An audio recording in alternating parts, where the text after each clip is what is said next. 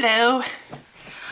Well, I was thinking a lot about Christmas today at work. It's hard not to when you work at Home Depot because there's lots of Christmas, the pagan Christmas stuff everywhere, which is all the stuff that isn't to do with the made-up Christian stuff. So there's a definite distinction. Pagan Christmas stuff would be wreaths and poinsettias and Christmas trees and tinsel and garlands and lights and all the little riffraff things, you know, Charlie Brown's Christmas tree, that stuff. That's all pagan Christmas stuff.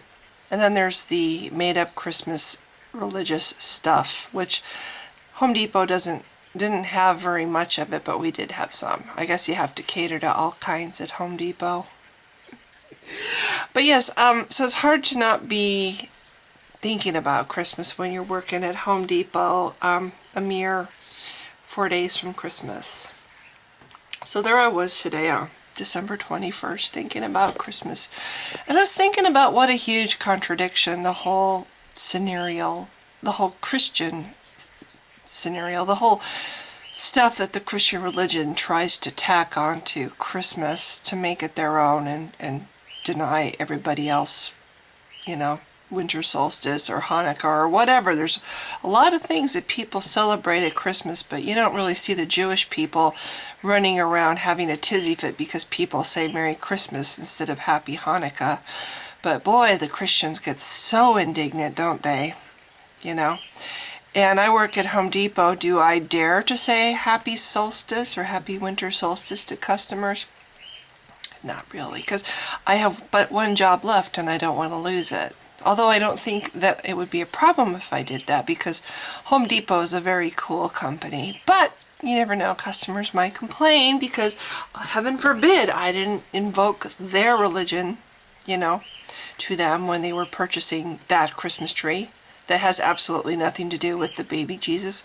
So I was thinking about, as I was, you know, working today, about the huge contradiction. This kind of got into my head when I was doing the little video this morning about the idols, you know, the idols that Christians worship, the cross being the biggest one of them, even though God says not to worship idols or make images, graven images. Yeah, we do, and Christians do, and they wear them around their necks as a reminder of the fact that they are proud of the fact that their God let an innocent man die for them. They're proud of that. And then I'm like, okay, this God who's all powerful, why would Jesus have to die? Okay, we're assuming that a Jesus existed at all, which is a huge assumption that I don't buy into. But let's just say, for argument's sake, that a Jesus actually did exist and that he actually was born. Everybody knows, and this is, you know, it's not even necessary to say that, oh, December 25th was not his birthday, if he really existed. Even most Christians know this, that that's not his real birthday. That's just the day they chose to celebrate it, taking winter solstice and the pagan, you know, basically taking over those traditions and calling it their own, and then denying everybody else their rights to celebrate their holidays on Christmas, which is now, you know, okay, Christians own that day, and if you don't say Merry Christmas, you're fucked. You get, well, hopefully you won't, but there's always that risk, you know. So, anyway, back to what I was trying to say before. Okay, God is almighty, all-powerful. Okay, but he demands a blood sacrifice for sin, right? He has a rule. He has a rule that if you sin, you need to offer up a sacrifice, a blood sacrifice. In the olden days, the sacrifice were things like livestock and crops and daughters. If you're Jephthah, is that his name? Anyway, there's a story in the Bible where this guy promises God that he will sacrifice the first person and or animal that comes out of his house upon his return if God grants him victory in this battle. Well, he does get victory, is granted, and Jephthah, I think that's his name. The daughter comes out first. It's his favorite child. His heart sinks. It might be his only child. This time God doesn't stop the execution. Unlike with Abraham and Isaac, this time God forces, well, he doesn't tell Jephthah, hey, you know what?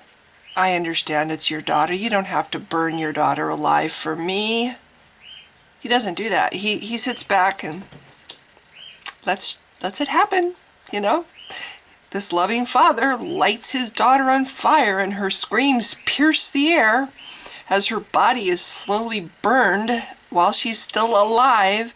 And this loving, merciful God sits back and lets it happen. I'm sure his nostrils were pleased at the scent of her burning flesh, because God is that's what it says in the Bible, that he is pleased at the smell of burning flesh. So yeah, so this is a God who, he has the power to stop things like that, but in the case of Jephthah, or whatever his name is, doesn't stop that execution. He lets this loving father give up his daughter in a horrible way to please God. He lets all that happen.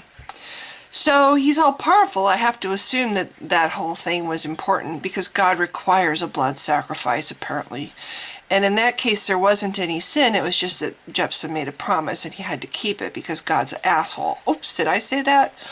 Anyway, so fast forward to time of Christ. Okay, we all deserve to suffer horribly because somebody supposedly committed a sin way back when. None of this is verified, but supposedly there was a sin, and it was caused by supposedly the first woman ever created because God made her in such a way that she was fallible. He didn't make her impervious to temptation. He created her so she would be tempted. In fact, he created her according to his plan, so for sure she would be tempted, because it was all part of his plan that she succumb to temptation. And because his arch enemy, who he created flawed in the beginning, knowing, because he wanted all this to happen, talks her into, oh gosh, am I ever getting off subject? But the whole point is,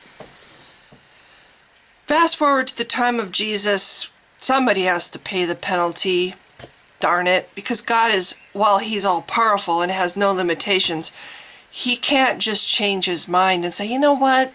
I just forgive the entire human race for this one transgression that Eve committed because I made her flawed. I'm just going to forgive everybody. All you have to do is love me. And if you love me, or if you try to get nearer to me, you're good to go. Instead of doing that, he said, no. I still need to have this blood sacrifice. But I'll tell you what, instead of you guys continuing to have to slaughter innocent animals and daughters, I will make part of myself come down to earth and suffer horrifically on the cross just for you. An innocent human being in the flesh. I will be in him, but it's an innocent human being, completely never sinned. He will die instead of you. Of course, you don't have any say in the matter, and if down the road you don't accept that he did this, you get to go to hell. So anyway, that's another subject. So God does this so he can jump through his own little hoops of rules that he has made for humans himself, rather than saying, you know what, we'll just forget the whole sacrifice thing. You guys are okay, just try to be closer to me. Instead of doing that, nope. We need to fix this. You guys fucked up. There's a rift between God and man. The only way we can bridge the rift is to have part of me come down and die terribly as penalty for something that you deserve because, you were born. That's the other thing. What did we do to deserve to go to hell? What did we do? We were born. Because we were born, we deserve to die. We were born we inherited the sins of Eve, right? So just being born is reason enough for us to deserve to be tormented forever. So yeah, I have a little bit of a problem with this. And then the other thing it teaches is child abuse. Here's a father that, men, this is like the role model for men everywhere. God the Father, this is the role model. And what does he do? He systematically plots the torture and execution of his own son to appease his ego, rather than say, oh, it's okay, you don't have to, I will just... No, Jesus has to go through all this awful stuff. Assuming, of course, he existed.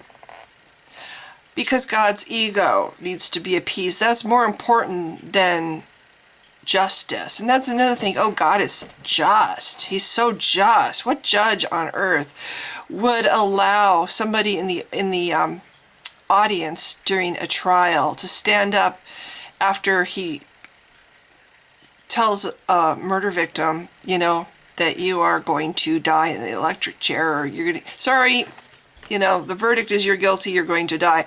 What judge in this world would let some innocent guy in the audience stand up and say, you know what? Hey, I'll tell you what. I want to die instead of this murderer. Can I die instead and he can go free? What judge is going to do that? How is that justice? And then what murderer? Well, the murderer is probably going to be happy about it, but what person of any integrity whatsoever is going to stand by and let somebody else, an innocent person, take the penalty for them? I mean, if I killed somebody and I know I'm guilty and I'm standing in front of a judge and I've just been found guilty and told I'm going to be killed for killing somebody, I would be thinking, yeah, shoot, I was kind of hoping I'd get off, but they saw through my act. I'm guilty. I know I'm guilty. I deserve to die. I'm going to be killed for, and then while I'm thinking all this, somebody behind me stands up who I don't even know and says, you know what? I don't want her to die. I'll die for her. Would I feel right about that? Would I feel right about letting some complete stranger walk away in chains that I should be wearing for the terrible deed that I did myself? Would I feel right about watching that complete stranger who I know did not do the crime get electrocuted or lethal injection on TV, knowing that that's supposed to be me laying there getting the shot? Would I feel right about that? Would I be able to live the rest of my life with the guilt of knowing that that innocent person did that? Just so that I, I'm worse shit for killing somebody, gets to continue to live? Would I feel right about that? Or would I feel like really super... First of all, wouldn't I protest? No. I'm sorry. I deserve to die. Okay, I killed him. This guy he did nothing wrong. It takes a real lowlife to let the innocent guy get killed instead. And yet, we don't even get a say. We don't get to... Oh, I'm sorry, it all happened before you were born, so now you just have to, walk around and... The only way you can go to heaven is if you accept that this all happened and feel grateful. I'm sorry, I just think this is what I think about Christmas and about the whole symbolism of the cross and God sending himself down to appease himself and his inflated ego, So instead of just saying, I'm all powerful, I can change my mind, I can change the rules, I can rewrite the rules, I don't have any limitations. Instead, he does have limitations that even he has to jump through hoops to follow. That means he is limited, and he can't possibly be God if he has limitations. If he can't just say, I decided to change the rules and not send part of myself down and to be tortured and executed. But he doesn't. It's like he has to get off on the blood and gore. He seems to like to torture and kill. So much that even he wants to torture and kill himself rather than just change his mind. So, yeah, I don't understand how Christians can look at their religion and look at this bloodthirsty beast of a God and say he's loving and merciful and just. He's just. He lets an innocent man die for murderers and sinners. When I say murderers, I'm talking about all of us sinners. He lets an innocent man who did nothing wrong pay the penalty. How is that just? And then he expects everybody else from that moment on who didn't have a say in it whatsoever to jump through all these hoops, and if they don't, and it all is it's all hinged on this innocent man dying for them when they didn't have any say in the matter and they had no way of stopping this from happening. They're all fucked up if they don't jump through all these hoops. You know, they go to hell if they don't jump through all the hoops that were created because of this man's, innocent man, being put to death that they didn't have any say about. But just like Eve, you know, we're all screwed because some woman eats from an apple and we didn't have any say about that either. We're just born corrupt and worthy of hell forever unless we accept that God is an asshole and he did this to this innocent man and we didn't have any say about it. So yeah, I think Christianity is a stupid religion. I think it's a vile religion. I think it worships a monster. And what I celebrate at Christmas is that I'm alive. I celebrate friends. I celebrate what I have and the fact that I have, rather than, I don't have the stuff, the commercial stuff anymore. I don't have the commercial Christmas, you know, of giving gifts and getting gifts. But what I have are things far better than that, and they last longer. For one thing, I have a friend on YouTube who is not a Christian. He is an atheist. I'm pretty sure he's an atheist. He's one of my subscribers. This entire year, this guy who I will probably never meet face to face, who doesn't even live in my state, totally a pay it forward scenario. I probably will never in a million years be able to repay this man for his kindness. And whenever I say anything about it, his attitude is like, just pay it forward, do something nice for somebody else. Because of this one person who I don't even know except for on YouTube, I have survived so much better this problem of being unemployed.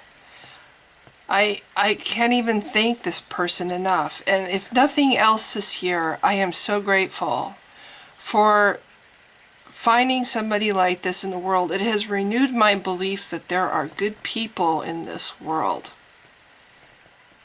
And that is what I celebrate at Christmas. I celebrate the chance, the fact that I'm still alive, that I'm getting better, I'm getting over my depression, I'm finding myself, and that every day that I'm alive, I have a chance to meet somebody new like this guy. You know, I've never known anybody in my life that is as giving as this person, and I'm not going to say his name because I don't want to embarrass him, but he's made a huge difference this year for me. He's made a huge difference over and over and over and over for me.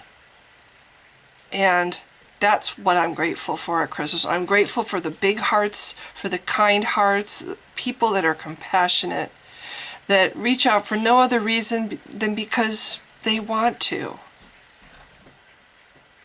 That's what I'm grateful about at Christmas. I'm grateful about new beginnings. I'm grateful for another year and getting better. And I'm grateful for having my mom, even though I don't really get to talk to her very much because of her illness and everything. I'm grateful she's still here. I'm grateful she has a roof over her head and that she has care and she's in a good home with people that treat her like a revered grandmother.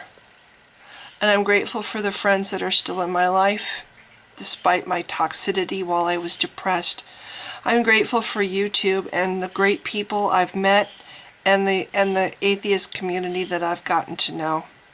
So that's what I think about, and that's what I'm going to be grateful for on Christmas Day. And I'll be smiling this year. I'm not going to be down in the dumps like I've been in the past. This is a good Christmas for me. And I don't think about lies, and I don't think about myths, and I don't think about hoops I need to jump through to appease some deity. And I don't think of things that I think people look at it like a wonderful story, and I don't see it that way. So I look at my own wonderful story and the wonderful people that have come into my life. So thank you, Paul. And you know who you are. So that's my Christmas video. Thanks for watching if you have. Bye.